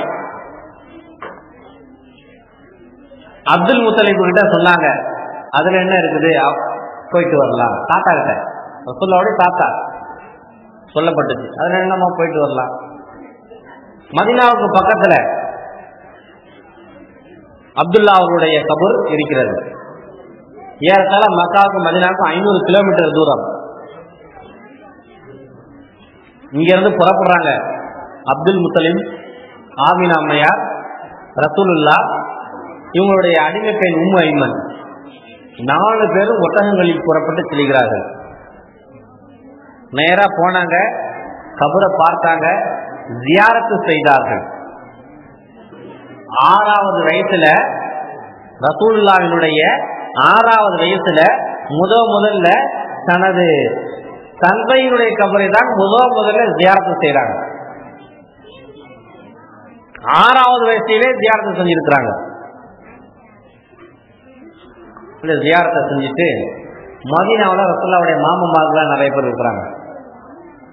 அங்க போய் கொஞ்ச நாள் இருக்க வேண்டியது, திரும்ப அங்க ரசூலுல்லாஹ்வுடைய தகப்பனாருடைய கபருக்கு வர வேண்டியது, 1 நாள் 2 நாள் தங்க வேண்டியது, திரும்ப போயிட வேண்டியது, திரும்ப வர வேண்டியது, போயிட வேண்டியதுன்னு சொல்லி இப்படியா வந்தும் போயும் கொண்டு 1 மாத காலம் மதீனாவிலையும் அந்த கபரிலையும் இருந்து வந்தார்கள். அந்த கபூர்ல இருக்கும்பொழுது யாரா அந்த பக்கம் வரவங்க போறவங்க இருந்தாங்க, சாப்பாடு தண்ணி ஆக்கி கொடுக்கறது, பால் கொடுக்கறது, தண்ணி கொடுக்கறது. இவங்களுடைய குடும்பமே தண்ணி கொடுக்கிற குடும்பம் தானே, ஜம்சம் தண்ணீரை கொடுப்பது தானே இவங்களுடைய குடும்பத்துக்கு வேலையே. இப்படி அந்த அப்துல்லாவுக்கு நன்மையை சேர்க்கும் விதமான காரியங்களில் 1 மாத காலம் அங்கு இருந்து விட்டு திரும்ப அங்கிருந்து அப்துல் முத்தலிப், உம்மு ஐமன், ஆமினா அம்மா, ரசூலுல்லாஹ் 4 பேரும் புறப்பட்டு மக்காவிற்கு வருகிறார்கள். மக்காவிற்கு திரும்பி வருகின்ற வழியில் அபுவா அப்படிங்கிற ஒரு இடத்துல ஆமினா அம்மையாருக்கு கடுமையான நோய் ஏற்பட்டு போச்சு. நடக்க முடியல, ஒண்ணுமே செய்ய முடியல. அதனால அதே இடத்திலேயே இருந்து 2 நாள் உடல் ஆரோக்கியத்தை பார்ப்போம், மருந்து மாத்திரைகளை சாப்பிடுவோம் சொல்லி அங்கிருந்த பச்சிலைகள்லாம் சாப்பிட்டார்கள். வியாதி அதிகமாகி அங்கேயே மௌத்தா போயிட்டாங்க ஆமினா அம்மா. கணவரை பார்த்து விட்டு வருகிற வழியில் தாய் மரணமாகிவிட்டார். சிறு குழந்தை பிறக்கிறதுக்கு முன்னாலேயே தந்தை இழந்தார் ரசூலுல்லாஹ். பிறந்து 6வது வயதில் தாயை இழந்தார் ரசூலுல்லாஹ். வருத்தத்தோடும் வேதனையோடும் கண்ணீர் கமல நபிகள் நாயகம் அவர்கள் மக்காவை நோக்கி வந்தார்கள். மக்காவில் அப்துல் முத்தலிபுடைய பாதுகாப்புல தான் ரசூலுல்லாஹ் வளர்ந்தாங்க. ரசூலுல்லாஹ்வை பாதுகாக்கிறதுக்கு ஆள் இல்லை, ரசூலுல்லாஹ்வுடைய தாயும் இல்லை, தந்தையும் இல்லை, இப்ப இருக்கிறது தாத்தா மட்டும்தான். அப்துல் முத்தலிப் வளர்த்தார். அப்துல் முத்தலிப் இடத்துல 8 வயசு 2 மாசம் 10 நாள் வரை இருந்தார்கள். 2 வருஷத்துல அப்துல் முத்தலிபும் இறந்து விட்டார். 2 வருடத்துல அப்துல் முத்தலிபும் இறந்து விட்டார். அப்துல் முத்தலிபு இறக்கும் போது ரசூலுல்லாஹ்வுக்கு வயசு 8 வயசு 2 மாசம் 10 நாள். அந்த அப்துல் முத்தலிபு கிட்ட ஏறத்தாழ 8 வயசு பையன் நல்லா தெளிவா இருப்பாங்க. நமக்கே தெரியும், இப்ப இருக்கிற பிள்ளைங்களே தெளிவா இருக்கிறாங்க. ரசூலுல்லாஹ் இன்னும் எத்தனை மடங்கு அதிகமா தெளிவாக இருந்திருப்பார்கள். யோசனை பண்ணிப்பார்கள், எவ்வளவு சுறுசுறுப்பாக இயங்கி இருப்பார்கள். அந்த குழந்தைத்தனம் மாறாத, அதே நேரத்தில் ஒரு பெரிய மனிதனை போன்று, திடகாத்திரமான மனிதனை போன்று அவர்கள் சந்தோஷமாக தன் தாத்தாவிடத்தில் வளர்ந்தார்கள். எங்க போனாலும் தாத்தாவுக்கு முதலிடம். அப்துல் முத்தலிபு ஊருடைய தலைவர், அவரு நாட்டாம பஞ்சாயத்து தலைவர். அவரு எங்க போனாலும் அவருக்கு ஒரு பெரிய செல்வாக்கு மரியாதை இருக்கும். போற இடத்தெல்லாம் பிரணி கூப்பிட்டுட்டே போயிடுவாரு. முகமது ரசூலுல்லாஹ் தான் கூப்பிட்டு கொண்டே போவார். அங்க அபூ தாலிப் அவர்கள் உட்கார்வதற்காக வேண்டி இப்படி ஒரு மேடை போட்டு பயங்கரமான ஒரு கார்பெட் எல்லாம் விரிச்சு, பாயெல்லாம் விரிச்சு, துணிகள் எல்லாம் விரிச்சு பந்தா வச்சிருப்பாங்க. அங்க இருந்து தாத்தா பின்னால வந்து கொண்டிருப்பார். சேரன் குடு குடு குடுன்னு ஓடி வந்து அந்த விரிப்புல அமர்வார். அங்க இருக்கிறவங்க அப்படிம்பாங்க, அபூ தாலிப் நாட்டாம பஞ்சாயத்து உட்கார்றாரு. நாங்க இருந்துட்டு அபூ தாலிப் செல்வார், நாட்டாம செல்வாரு, எப்ப அவரை கரெக்டாங்க, ஏன் பிள்ளைதான், ஏன் பேரன், அவரு அங்கதான் உட்காரணும். அவருக்குன்னு ஒரு மரியாதை இருக்குது எதிர்காலத்துல. இன்னளவு சாணன், அவருக்குன்னு ஒரு மரியாதை இருக்குது. அவர் எதிர்காலத்துல நல்லா இருப்பார், அவர் அங்கதான் உட்காருக்கோம் அப்படிம்பாங்க. இப்படி ரசூலுல்லாவை ரொம்ப மரியாதையாக நடத்தினார் தாத்தா. இன்னைக்கு எந்த தாத்தா தான் பிள்ளைய மரியாதையா நடத்துறாங்க? எத்தனை தாத்தாக்கள் இன்னைக்கு நம்ம பேர பிள்ளைகளை மரியாதையாக நடத்துகிறார்கள், கண்ணியமாக நடத்துகிறார்கள். நம்ம பிள்ளைகளை நம்ம வாங்க போங்கன்னு சொல்றோமா? இங்க வாடா, அறுவு போயிட்டவன முட்டா பையில, உனக்கு மண்டையில ஒண்ணுமே இல்லடா, மக்கு பைய மாதிரி இருக்கடா. நம்ம பிள்ளைய, நம்ம பெற்ற பிள்ளைய, அது நம்மளே திட்டிக்கிற மாதிரிதான் அது. ரசூலுல்லாஹி ஸல்லல்லாஹு அலைஹி வஸல்லம் அவர்களை அபூ தாலிப் அவர்கள் அவ்வளவு மரியாதையாக நடத்தினார்கள். காரணமே தெரியல அவருக்கு, ஆனா மரியாதையா நடத்தினார். மரியாதைனா என்னன்னே தெரியாத ஒரு ஊர்ல மரியாதையோடு வாழ்ந்தவர் அபூ தாலிப். அந்த அபூ தாலிப் தனது பேரனுக்கு அவ்வளவு கண்ணியத்தை கொடுத்தார். கண்ணியங்கிறது எங்க கொடுக்கணும் தெரியுங்களா? தனியா இருக்கும்போது தான் கொடுக்கறது கண்ணியம்.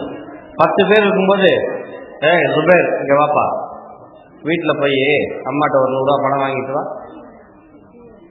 4 பேருக்கு மத்தியில காட்டுறது கரியா மரியாதை இல்ல. அது எப்பயுமே அப்படிதான், நம்மளை பத்தி ஏதாவது நினைச்சிருவாங்களே அப்படிங்கிறதுக்காக அப்படி மரியாதை நடந்துக்குவோம். ஆனா தனிமையில இருக்கும் பொழுதும் கூட, சுபேர் இங்க வாப்பா, அபூ தல்ஹா இங்க வா, ஆதில் இங்க வா அப்படின்னு பெயர் சொல்லி அழைக்கும் பொழுதுதான் அது கண்ணியமாக மரியாதையாக இருக்கும். அப்படிதான் அபூ தாலிப் நடந்து கொண்டார்.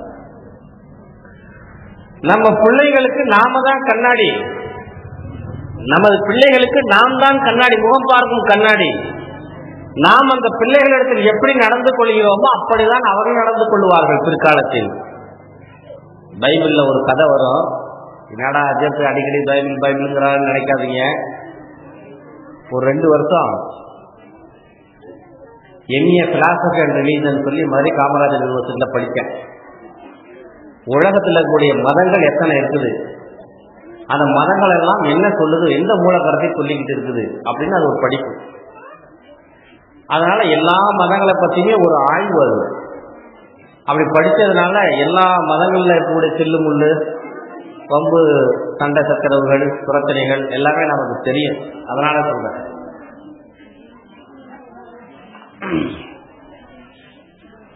ஏன்னா ஒரு ஆடியன்ஸ் அதெல்லாம் கண்டிப்பா படிச்சிருக்கணும். கிறிஸ்தவர்கள்ல ஃபாதரா வராங்க இல்லையா, கிறிஸ்தவர்கள் ஃபாதரா வராங்க இல்லையா, கன்னியாஸ்திரிகள் ஆகுறாங்க இல்லையா, அவங்களுக்கு கண்டிப்பா 2 வருஷம் ஒரு கோர்ஸ் இஸ்லாத்தை முழுசா நீ படிச்சுட்டு வெளியே வரணும். 2 வருஷம் ஒரு கோர்ஸ் முழுசா இஸ்லாத்தை மட்டுமே படிக்கணும். அதுக்கப்புறமா 1 வருஷம் யூத மதத்தை பற்றி படிக்கணும். அதுக்கப்புறமா ஒரு வருஷம் நீ எந்த நாட்டுல போய் வேலை செய்ய போறிய அந்த நாட்டில் இருக்கக்கூடிய மதங்களை பற்றி நீ தெரிந்து கொள்ள வேண்டும். இப்படி மத சம்பந்தமான 4 வருட படிப்பு. இதுக்கு பெரிய இன்ஸ்டிடியூட் இருக்குது, காலேஜ் இருக்குது. இதை நடத்துறதுக்கு ப்ரொஃபஸர்கள் இருக்கிறாங்க தனியா. இதை படிச்சாதான் நீ பாதிரியாரவே ஆக முடியும், பாதிரியாரா ஆக முடியும். ஏன்னா அதை படிச்சாதான் நம்ம கிட்ட இருக்கக்கூடிய அந்த பிரச்சனைகளை அவங்களுடைய மதத்துல பேச முடியும். ஒண்ணுமே தெரியாம ஒரு ஆள் வர முடியாது. ஆகவே அன்பார்ந்த அல்லாஹ் நல்லடியார்களே, பைபிள்ல ஒரு கதை ஒண்ணு இருக்குது. ஒரு தகப்பனாரு தன்னுடைய தகப்பனார வீட்டுக்குள்ள போடுறதுக்கு இடம் இல்லாம வீட்டுக்கு வெளியில திணையில படுக்க போட்டார். வயசாகி போச்சு அவருக்கு. அதுலயே 1க்கு அப்படியே அதுலயே 2க்கு இப்படி போய்கிட்டு இருக்கிறதுனால வீட்டுக்குள்ள போடாம கொண்டு வந்து வெளியே போட்டார். அதனால அவரு சாப்பிட்றதுக்குன்னு ஒரு தட்டு, அவரு குடிக்கிறதுக்குன்னு ஒரு டம்ளரு, அவர் பயன்படுத்துறதுக்குன்னு சில துணிகள், அவர் பிடிச்சு போகிறதுக்கு ஒரு குச்சி, இப்படி எல்லாமே அவருக்குன்னு உண்டான சாமான் எல்லாம் வெளியே வந்துருச்சு. ரொம்ப நாளா நோயாளியே படுத்திருந்தார்.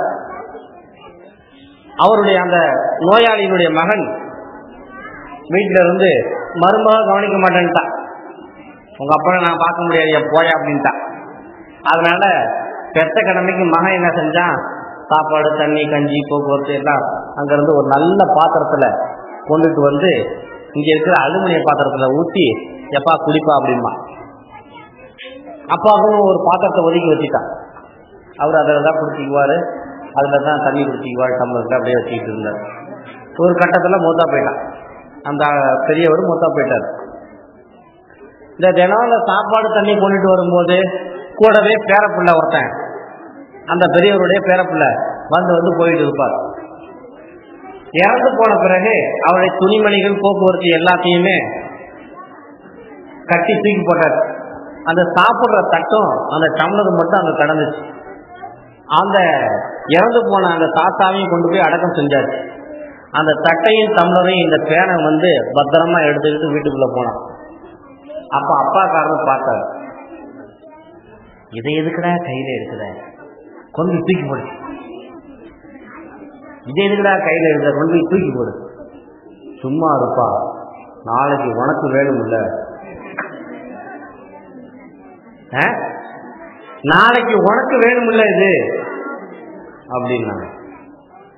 அதனால நீங்க உங்களுடைய தகப்பனார் இடத்துல எப்படி நடந்து கொள்கிறீர்களோ, உங்களுடைய பிள்ளைகள் இடத்துல எப்படி நடந்து கொள்கிறீர்களோ அப்படிதான் உங்க பிள்ளைங்க உங்கள்கிட்ட நடந்துக்குவாங்க. ஆகவே அன்பார்ந்த அல்லாஹ்வின் நல்லடியார்களே, அபூ தாலிப் அவர்கள் தன்னுடைய பேரப்பிள்ளையிடத்தில் அவ்வளவு மரியாதையாக அப்துல் முத்தலிப் அவர்கள் நடந்து கொண்டதாக வரலாறு சொல்லுகிறது. 8 வயசு 2 மாசம் 10 நாளுக்கு பிறகு அப்துல் முத்தலிப் மரணித்து விட்டார். அவர் மரணித்த பிறகு ரசூலுல்லாஹை வளர்க்கக்கூடிய அந்த பொறுப்பு அபூ தாலிபிடம் வந்தது. ரசூலுல்லாஹுடைய பெரியப்பா அவர் அபூ தாலிப். ரசூலுல்லாஹுடைய தகப்பனாரும் அபூ தாலிபும் அண்ணன் தம்பி. பெரியப்பாவிடம் அந்த பொறுப்பு வந்தது. அபூ தாலிப் அவர்கள் தன்னுடைய தகப்பனார் அப்துல் முத்தலிப் எப்படி கவனித்துக் கொண்டாரோ அதை விட 1000 மடங்கு நல்ல விதமாக கவனித்துக் கொண்டார். நம்ம எல்லாருமே தகப்பனாரை பத்தி ரொம்ப சந்தோஷமா சொல்லுவோம். என்னுடைய முதல் கதாநாயகனே எங்க அப்பா தான். எங்க அப்பா அப்படி சிகரெட் அடிச்சாருன்னா அப்படி ஜம்முன்னு அடிப்பாரு. அவரை பார்த்தே எனக்கு பழக்கமாகி போச்சியா, நானும் சிகரெட் குடிக்கிறேன். இன்னைக்கு சின்ன பிள்ளைங்களாம் சிகரெட் குடிக்கிறான், சின்ன பிள்ளைங்களாம் இன்னைக்கு பீடி குடிக்கிறான். எங்க இருக்கிற அந்த பழக்கத்தை கத்துக்கிட்டோம் அப்படின்னா, அப்பாக்காரர் சொல்லுவாரு, கடையில போய் 2 சிகரெட்டு பேர் கூட தெரிய மாட்டேங்குது, பஞ்சு வச்ச சிகரெட் 2 வாங்கிட்டு வாடா, அந்த பிராண்டு வாங்கிட்டு வா, இந்த பிராண்டு வாங்கிட்டு வா, அந்த காஜா பீடி வாங்கிட்டு வா, அனார் பீடி வாங்கிட்டு வா அப்படின்னு வாங்க விட்டு இவர் புகைச்சி என்ன ஆகி போச்சுன்னா, இவர் புகைச்சிட்டு போடுறத இந்த பையன் சேர்த்து வச்சு 4 பேர் சேர்ந்து எங்கேயாவது ஒரு காட்ட பக்கம் போய் உட்காந்துட்டு துண்டி பீடி அடிக்கிறான். பையன் 20 வயசுல வரும்போது தான் அப்பாவுக்கே தெரியும் நம்ம பிள்ளையும் சிகரெட் அடிக்கிறான் அப்படின்னு, நம்ம பிள்ளையும் பீடி குடிக்கிறான் அப்படிங்கிறது 20 வயசு வரும்போது தான் தெரியுது. ரொம்ப பெரிய கெட்ட பழக்கம். உங்களுடைய கெட்ட பழக்கங்களை உங்களுடைய பிள்ளைகளுக்கு முன்னால் நீங்கள் செய்து காட்டாதீர்கள், செய்ய சொல்லாதீர்கள். அதுவே பெரிய பாதுகாப்பு. நீங்க நம்மளுடைய இளைஞர்கள் எல்லாருமே நீங்க பாத்தீங்கன்னா சாராயம் குடிக்கக்கூடிய பழக்கம் பெரும்பாலும் இல்லை, ஆனா சிகரெட்டு பீடி குடிக்கக்கூடிய பழக்கம் நிறைய வந்துருச்சு. அதுக்கு 2 காரணம். முதல்ல அப்பா தாத்தா 2 பேரும், மூணாவது சினிமா. அவன் அப்படி தூக்கி போட்டு அப்படி சிகரெட்டை பிடிச்ச உடனே நம்மளும் தான் பிடிச்சி பார்ப்போம் அப்படின்னு ஒரு ஆசை வந்துருது பையனோடு. அதனால இந்த சிகரெட்டு பீடி இது போன்றவைகள் ஹராம், அதுல சந்தேகமே கிடையாது. உங்களை மாய்த்து கொள்ளக்கூடிய, உங்களுக்கு சிரமம் தரக்கூடிய எந்த பொருள்களையும் நீங்க சாப்பிடக்கூடாது. தினம் பிரியாணி சாப்பிடுவது கூட ஹராம் தான், ஏன்னா உங்களுக்கு பிரச்சனை வரும். தினம் கறி சாப்பிடுறது கூட தப்பு தான், அது உங்களுக்கு பிரச்சனை வரும்.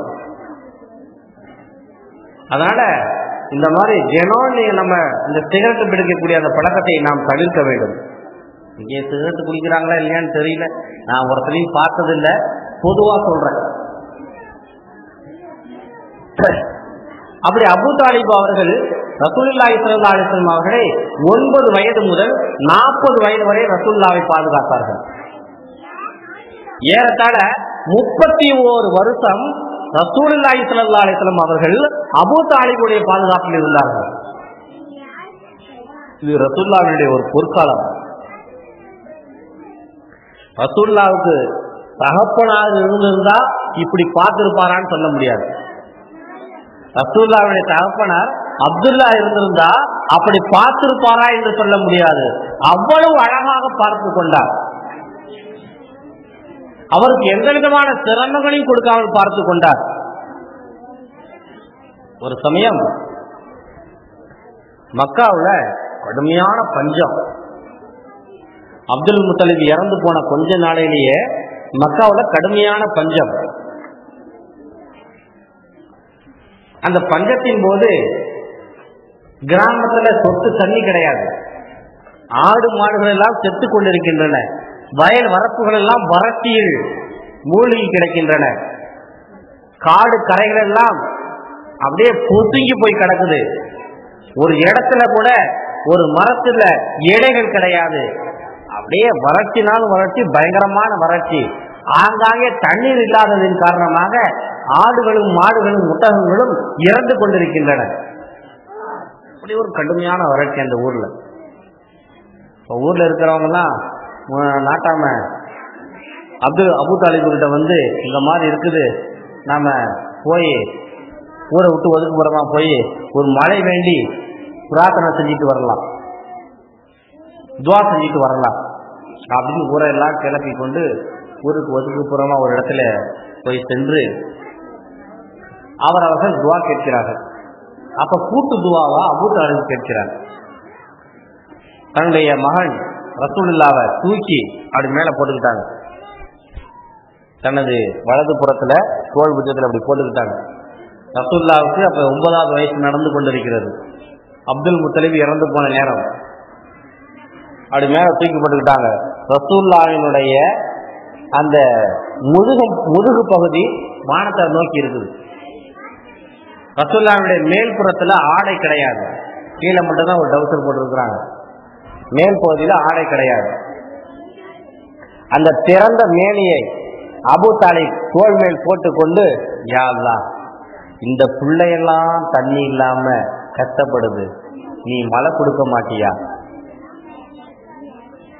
அப்ப இந்த குழந்தைய அந்த மார் மேல போட்டுக்கிட்டு அபூ தாலிப் அவர் இப்படி துவா கேட்கிறார்.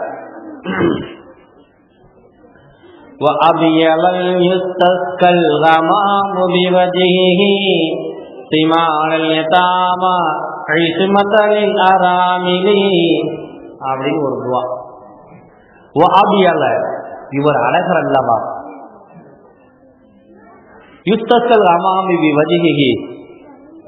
இவருடைய முகத்தின் பொருட்டால் நீ எங்களுக்கு மழை இறக்க வேண்டாமா இறைவா சிமானல் யதாமா, இவர் அனாதைகளின் அரண் அல்லவா, இவர் அனாதைகளை பாதுகாக்கின்றவர் அல்லவா.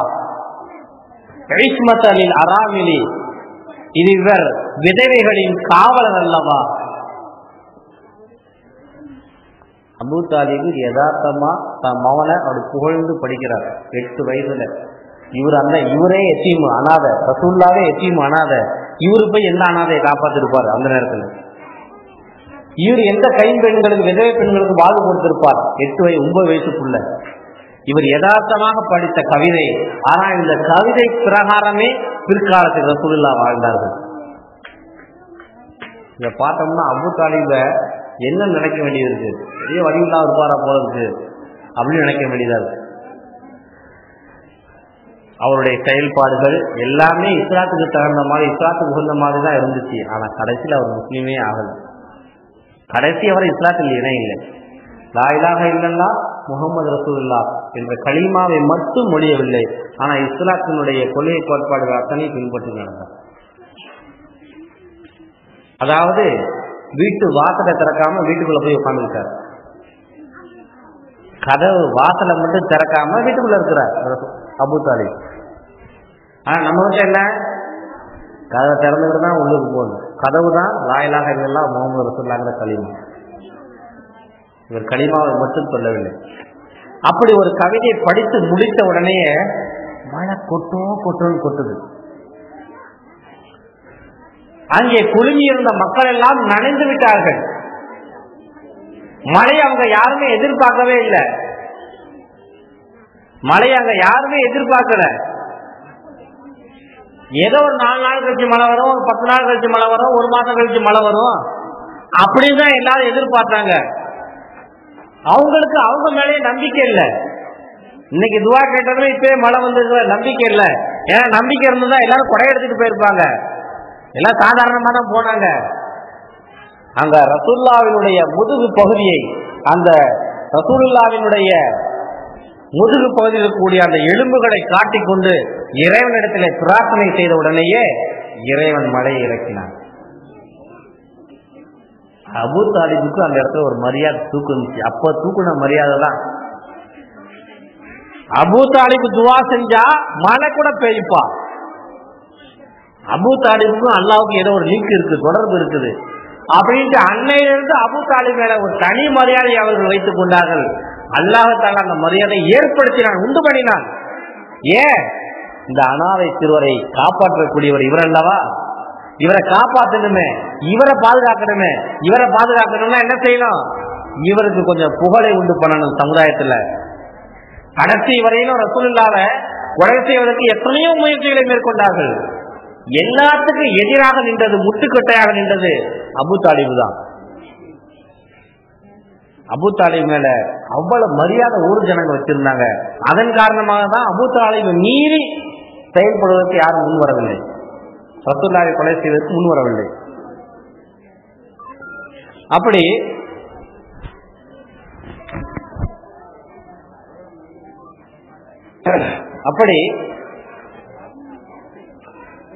ரசூலுல்லாஹி ஸல்லல்லாஹு அலைஹி வஸல்லம் அவர்கள் 12வது வயதுல தந்தையிடத்திலிருந்து புறப்பட்டு அபூ தாலிப் அவர்களும் அங்கிருந்த ஊர் பொதுமக்களும் சில பேர் சென்று வியாபாரத்திற்காக வேண்டி புறப்பட்டார்கள். அப்ப ரசூலுல்லாஹ்வுக்கு வயசு 12. ரசூலுல்லாஹ்வுடைய 12வது வயசுல அபூ தாலிப் அவர்கள் மகனை அழைத்துக் கொண்டு ஷாமுக்காக வேண்டி வியாபாரத்துக்கு செல்கிறார்.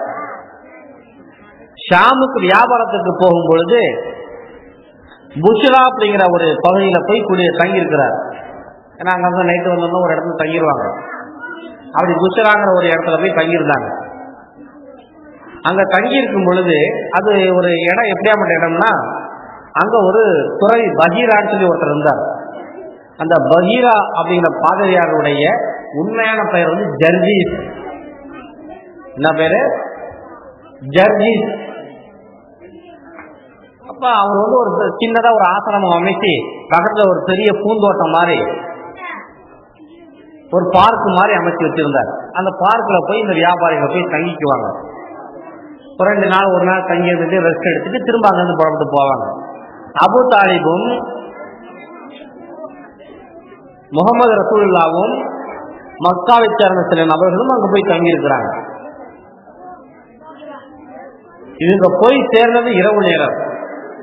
மறுநாள் காலை, அரபு நாட்டு வெயில் உங்களுக்கு தெரியும், காலையில எழுந்திருக்கும் போதே பயங்கரமா தான் வெளியே வரும், கடுமையான வெயிலா தான் வெளியே வரும். அந்த வெயிலினுடைய கடுமையான வெயிலை பார்த்துட்டு காலையில ரசூலுல்லா என்ன செஞ்சாங்க, அந்த 12 வயசு சிறுவர் ரசூலுல்லா நேரா புறப்பட்டு போய் அங்க ஒரு தனியா ஒரு ஆலிவ் மரம் ஒண்ணு இருந்தது. அந்த ஆலிவ் மரத்துக்கு அடியில உட்கார்ந்து அந்த மரத்து சூரியன் அப்படி சாஞ்சிக்கிட்டு உட்கார்ந்து இருக்கிறாங்க. இந்த துறவி பகீரா தனது வீட்டுக்குள்ள இருந்து இவர் எதற்காக வேண்டிய அந்த இடத்துல வந்து வீடு கட்டிக்கிட்டு ஒரு ஆசனம் அமைத்து கொண்டு இருக்கிறாருன்னா, அவங்க பைபிள்ல சொல்லப்பட்டிருக்குது, பிற்காலத்தில் முகமது நபி இங்கு வருவார், இந்த ஆலிவ் மரத்தினுடைய அடியில் உட்காருவார் அப்படின்னு எழுதப்பட்டிருக்குது. அதனால அந்த ஆலிவ் மரத்தை நோட்டமிடுவதற்காக வேண்டி அந்த ஆலிவ் மரத்து அடியில் உட்காரும் அந்த முகமது நபியை பார்ப்பதற்காக வேண்டிய இங்கு இவர் ஏறத்தாழ 30-40 வருடம் சென்றடித்து காத்திருக்கிறார். அந்த ஆலிவ் மரத்தடியில ஒரு சிறுவன் தான் வந்து உட்காருவான் அப்படின்னு அவங்களுடைய பைபிள்ல எழுதப்பட்டிருக்குது. பார்த்துக்கிட்டே இருக்கிறாரு. பார்த்தாக்கா திடீர்னு பாக்குறாரு, அந்த தினமும் பார்ப்பாரு, சமையல் பண்ணுவாரு, சாப்பிடுவாரு, அங்க உட்காந்துட்டு சாப்பிடுவாரு, அந்த மரத்தை பார்த்துக்கிட்டே சாப்பிடுவார். காத்து வாங்குவாரு, அந்த மரத்தை பார்த்துக்கிட்டே காத்து வாங்கிட்டு இருப்பார். படிப்பாரு, அந்த மரத்தை பார்த்துக்கிட்டே படிச்சுட்டு இருப்பார். எந்த வேலையை செஞ்சாலும் அந்த மரத்தை பார்த்துட்டு தான் செய்வார். ஏன்னா முகமது நபி அந்த மரத்துக்கு அடியில் உட்காருவார். 1 மணி நேரமா 1 நிமிஷமா தெரியாது. இதற்காக வேண்டி அந்த மரத்தை நோட்டமிட்டு கொண்டே இருப்பார். காலை நேரத்துல சாப்பாடெல்லாம் ரெடி பண்ணி வச்சுட்டு தன்னுடைய வீட்டு ஜன்னல் வழியாக பார்க்கிறா, ஒரு சிறுவன் உட்கார்ந்து இருக்கிறார். உடனே ஒரு நேரம் புறப்பட்டு போனார். போன உடனே ரசூலுல்லாவை பார்த்துட்டு வாரி அணைச்சி முத்தம் கொடுத்துட்டு, உன் சட்டையை கழித்து பார்க்கணும், சட்டையை கழிச்சுனாங்க ரசூலுல்லா. அந்த வலது தோள் புதத்துல ஆப்பிள் பழம் மாடல்ல ஒரு மச்சத்தை பார்த்தாங்க. அந்த மச்சத்துல ஒரு முத்தத்தை கொடுத்துட்டு, நீதான் முஹம்மது, உன் கையில தான் எதிர்காலமே இருக்குது, உன் கையில தான் இந்த உலகமே இருக்குது அப்படின்னு சொல்லிட்டு நேரா புறப்பட்டு, நீ யார் கூட வந்த? என்னுடைய தாத்தா, என்னுடைய பெரியப்பா எல்லாம் அங்கதான் உட்கார்ந்து இருக்கிறாங்க. அங்க போய் பார்த்தாங்க. பார்த்த உடனே, உங்க எல்லாருக்கும் இன்னைக்கு என்கிட்ட விருந்து, உங்க எல்லாருக்கும் இன்னைக்கு நான் விருந்து தரேன். நான் எதை எதிர்பார்த்து இங்கு 30-40 ஆண்டுகளாக காத்திருந்தேனோ அதை நான் இன்று சம்பவித்து விட்டேன். நான் அதை பார்த்து விட்டேன். அந்த சந்தோஷத்தில் உங்களுக்கு நான் விருந்து தருகிறேன். இந்த மனுஷன் அங்க போனா தங்கறதுக்கு தான் இடம் கொடுப்பாரு. இதுக்கு முன்னால தண்ணி கொடுப்பார், தங்கறதுக்கு இடம் கொடுப்பார். சோறுலாம் போட்டதா வரலாறு இல்லை. இன்னைக்கு இந்த மனுஷன் கூப்பிட்டு சோறு தரங்கிறாரு. இவங்களுக்கெல்லாம் ஆச்சரியம். அபு தாலிப் முதற்கொண்டு கூட வந்திருக்கக்கூடிய வியாபாரிகள் தான் ஆச்சரியம். என்ன ஆச்சு இன்னைக்கு சோறுலாம் தராரு இந்த ஆளு, சரி நமக்கு இன்னைக்கு சமையல் வேலை மிச்சையா அப்படின்ட்டு எல்லாரும் சந்தோஷத்துல இருக்கிறாங்க. சாப்பாட்டு நேரம் வந்தது. சாப்பாட்டு நேரத்துக்கு எல்லாரும் புறப்பட்டு போனாங்க. ரசூலுல்லாவும் வந்தாங்க. அப்ப அதுல இருந்த ஒரு வியாபாரி, தம்பி நீலாம் வரக்கூடாது, நீ போய் நம்ம ஒட்டகங்க நம்ம சாமான்லாம் பார்த்து நீ அங்கேயே உட்காந்துக்க, நாங்க சாப்பிட்டுட்டு வந்த உடனே உனக்கு கொஞ்சம் சோறு எடுத்துட்டு வரோம் அப்படின்ட்டு ரசூலுல்லா உட்கார வச்சுட்டு போயிட்டாங்க. எல்லாரும் வந்து உட்காந்தாச்சு. ரசூலுல்லாவை காணோம். பகீரா பதறி போயிட்டாரு. எங்க அந்த பையனை காணோம்? ஏன் அவரு இந்த சாமான்லாம் உட்காங்கலாம் பார்த்துட்டு அங்கதான் உட்காந்துருக்காரு. நாங்க போகும்போது உங்களுக்கு கொஞ்சம் சோறு அவருக்கு வாங்கிட்டு போயிடுவோம். உங்கையா நீங்களும் பையனை கூட்டுவாங்கப்பா, பையனுக்கு தான் விருந்தேன், பையனை வச்சுதான் உங்களுக்கு விருந்து, உங்களுக்கு நான் விருந்து கொடுக்கல, பையனுக்கு தான் நான் விருந்து கொடுக்கல, அந்த பையனை அழைத்து வாருங்கள். அந்த பையன் யாரு தெரியுமா? எதிர்காலத்தில் வரக்கூடிய இறுதி நபி இவர் தான், முஹம்மது ரசூல் இவர் தான். எங்களுடைய வேதங்களில் இவரை பற்றி முன்னறிவிப்பு செய்யப்பட்டிருக்கிறது. இவரை பார்ப்பதற்காக 30-40 வருடமாக இங்கு நான் ஆசனம் அமைத்து அமர்ந்திருக்கிறேன். இவர் மூலியமாக இந்த உலகமே ஒளி பெறும். அழைச்சிட்டு வாங்க. பகீராவே ஓடினாரு. வாப்பா அழைச்சிட்டு வந்து பக்கத்துல உட்கார வச்சு, இந்த இதை சாப்பிடு, இந்த இதை சாப்பிடு, இதை சாப்பிடு, இதை சாப்பிடுன்னு பல வகையான உணவுகளை பரிமாறினார். ரசூலுல்லாஹ் சாப்பிட்டாங்க. சரி, ஏதோ வயசான கிழமை உடலுக்கு இருக்கிறான் அப்படின்னு இவங்கெல்லாம் நல்லா சாப்பிட்டாங்க. சாப்பிட்டு முடிச்ச பிறகு எல்லாம் ஏற்றி போயிட்டாங்க. அபு தாலிபு வந்தாரு. அபு தாலிபுக்கு ரசூலுல்லாஹை பற்றிய பல விஷயங்கள் தெரியும்.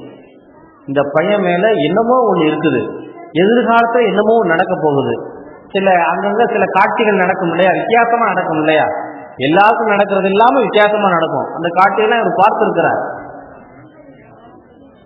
அபு தாலிபு பாதிரியாரை கூப்பிட்டு அந்த பகீராவை கூப்பிட்டு கேட்டார், என்ன சொல்றீங்க? இவர் எதிர்காலத்துல நபியாக வருவார். இவருடைய பெயர் எங்களுடைய வேதத்துல அகமது, இப்ப இவருக்கு முகமதா இருக்கலாம். ஆமா, முகமது தான். இவர் மேல உங்களுக்கு நம்பிக்கை இல்லைன்னா இங்க வாங்க. முகமது ரசூலுல்லாஹை அழைத்து கொண்டா, கையில பிடிச்சுக்கிட்டாரு பகீரா. அபு தாலிபை வாங்கன்னு சொல்லிட்டு இழுத்துட்டு போறாங்க. அந்த ஒற்றை ஆலி மரம், ஜெய்தூன் மரம் இருக்கு இல்லையா, அங்க போறாங்க. நல்ல காலை நேரம். இப்ப எல்லாம் சாப்பிட்டுலாம் வந்துட்டாங்க. ஒரு 8:30 மணி 9 மணி ஆச்சு. காலையில அப்படி ஒரு மரம் நிற்கும் போது சூரியன் இந்த பக்கத்துல இருந்து அடிக்கும். இதானே கிழக்கு. இந்த பக்கத்துல அடிச்சாக்க இந்த மரத்துடைய நிழல் எந்த பக்கம் விழும்? மேற்குமா விழும். நேரா அழைச்சிட்டு வந்தாரு. அந்த மரத்துக்கடியில உட்கார வச்சுட்டார். இந்த மரத்துல ஒரு நபியை தவிர வேறு யாரும் உட்கார மாட்டார்கள். அவருக்கு இங்க வரும்போது வயசு 12 முன்ன பின்ன இருக்கும் அப்படின்னு என்னுடைய வேதத்துல சொல்லப்பட்டிருக்கு. 30 வருஷமா நான் பாக்குறேன், இந்த மரத்துல இந்த மாதிரி சிறுவர்கள் அமர்ந்ததே கிடையாது. அதனாலதான் நான் சொல்றேன், இவர் முகமது தூதர் இல்ல. என்னங்க, நீங்க பார்க்காம கூட யாராவது பையனுக்கு வந்து உட்கார்ந்து இருந்துட்டு போயிருக்கலாம். இவரு தான் முகமது, இவரு தான் தூதர்களுக்கு என்ன ஆதாரம் இருக்கு? இந்த மர நிழலில் வந்து அமர்வார்னு சொல்லப்பட்டிருக்கு, அமர்ந்தார். இந்த மரத்தினுடைய நிழலில் அமர்வார் அப்படின்னு சொல்லி எங்களுடைய பைபிள்ல சொல்லப்பட்டிருக்கு, அமர்ந்தார்.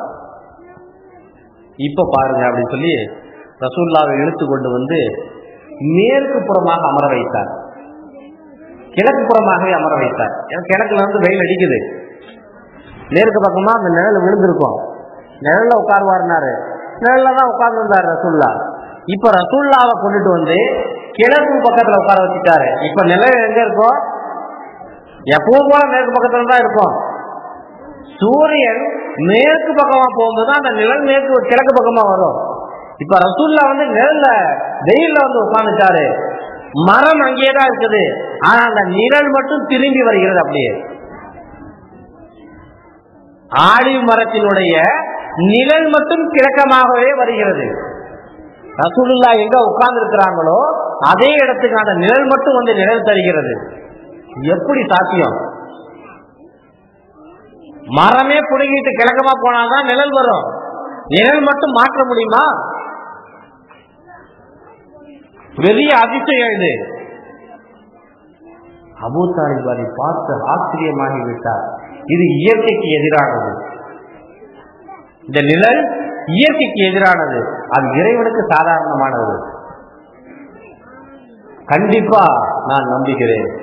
இவர்கிட்ட நான் பல காரணங்களை, பல ஆதாரங்களை நான் பார்த்திருக்கிறேன்.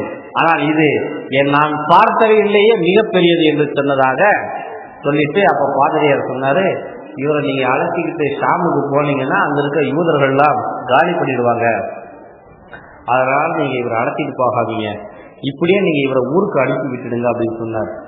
அந்த பகீராவினுடைய பேட்டை கேட்டு 2-3 பேரை ஆளுங்களை போட்டு மக்காவுக்கு அனுப்பி வச்சுட்டாரு அபூ தாலிப். அப்படி ரசூலுல்லாஹி ஸல்லல்லாஹு அலைஹி வஸல்லம் அவர்கள் 12 வயசுல தொழில் செய்வதற்காக வேண்டி புறப்பட்டு வெளியே போன இடத்துல தோல்வியோடு தன்னுடைய இல்லம் திரும்பி வந்து விட்டார்கள். வீட்டுக்கு வந்ததுமே ரசூலுல்லாஹ் சிறுவர்களோடு சிறுவர்களாக விளையாடி கொண்டு அப்படியே தன்னுடைய காலத்தை கழித்ததாக வரலாறு நமக்கு சொல்லுகிறது. இன்ஷா அல்லாஹ் ரசூலுல்லாஹ்வுடைய 12வது வயதுக்கு பிறகு 25வது வயது வரை, அதற்கு பிறகு திருமணம், அதற்கு பிறகு வஹி வரை என்ன நடந்தது என்று நாளை நாம் பார்ப்போம். இன்றைய பயான் ரசூலுல்லாஹ்வுடைய 12வது வயதோடு முடிந்திருக்கிறது. அஸ்ஸலாமு அலைக்கும் வரஹ்மத்துல்லாஹி வபரகாத்துஹு. ஒரு 2-3 பேர் வாங்கப்பா. என்ன பையன் வா.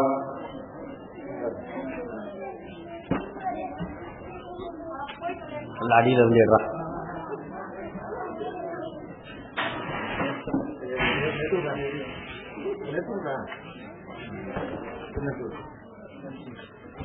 முகமது யாசின் மகன் முகமது சாஹித், மதீனா தெரு, லால்பேட்டை.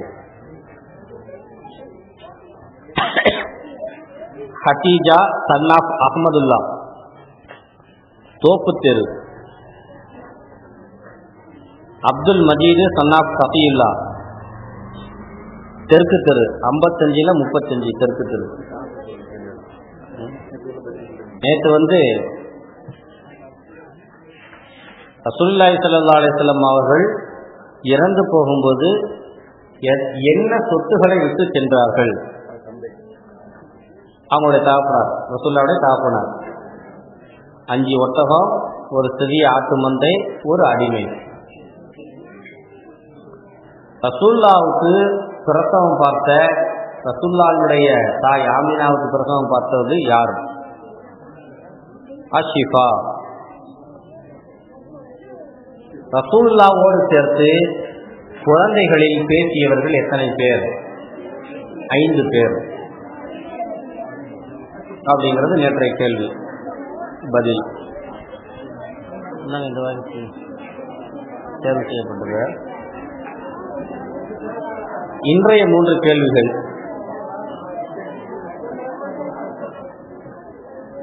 நபி ஸல்லல்லாஹு அலைஹி வஸல்லம் அவருடைய தாய் ஆமினா அவர்கள் இறந்து போன இடத்தின் பெயர் என்ன? நபி ஸல்லல்லாஹு அலைஹி வஸல்லம் அவருடைய தாய் ஆமினா அம்மையார் இறந்த இடத்தின் பெயர் என்ன? ரசூலுல்லாஹி ஸல்லல்லாஹு அலைஹி வஸல்லம் அவர்களுக்கு எத்தனை முறை நெஞ்சு திறக்கப்பட்டது?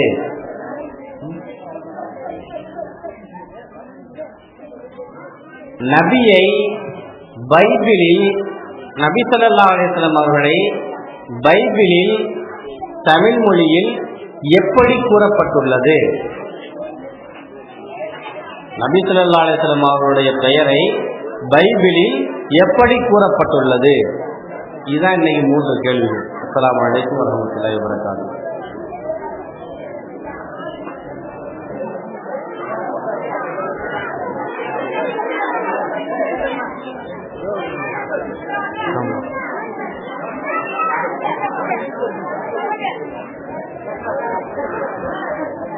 பிஸ்மில்லாஹிர்ரஹ்மானிர்ரஹீம். ரப்பனா லக்கல் ஹம்து லக ஷுக்ரியா அல்லாஹ் வஸல்லியா முஹம்மது வஅலா ஆலி சய்யிதினா முஹம்மதின் பாரிக் வஸல்லிம் அலைஹிம். அல்லாஹும்ம ஸல்லி அலா முஹம்மதின் அப்திக வ ரசூலிக வல் முஃமினீன வல் முஃமினாத் வல் முஸ்லிமீன வல் முஸ்லிமாத். அல்லாஹும்ம பாரிக் லனா ஃபீ அமாலினா குல்லஹா யா ரப்பல் ஆலமீன். ரப்பனா ஆத்தினா ஃபித் துன்யா ஹஸனத்தன் வ ஃபில் ஆখিরাতি ஹஸனத்தன் வ கினா அஸாபன் நார். ஸல்லல்லாஹு அலைஹி வ ஸல்லம் அலா சய்யிதினா முஹம்மதின் வ ஆலிஹி வ ஸஹ்பிஹி அஜ்மஈன். அல்ஹம்துலில்லாஹி ரப்பில் ஆலமீன். ஸல்லல்லாஹு அலைஹி வஸல்லம்.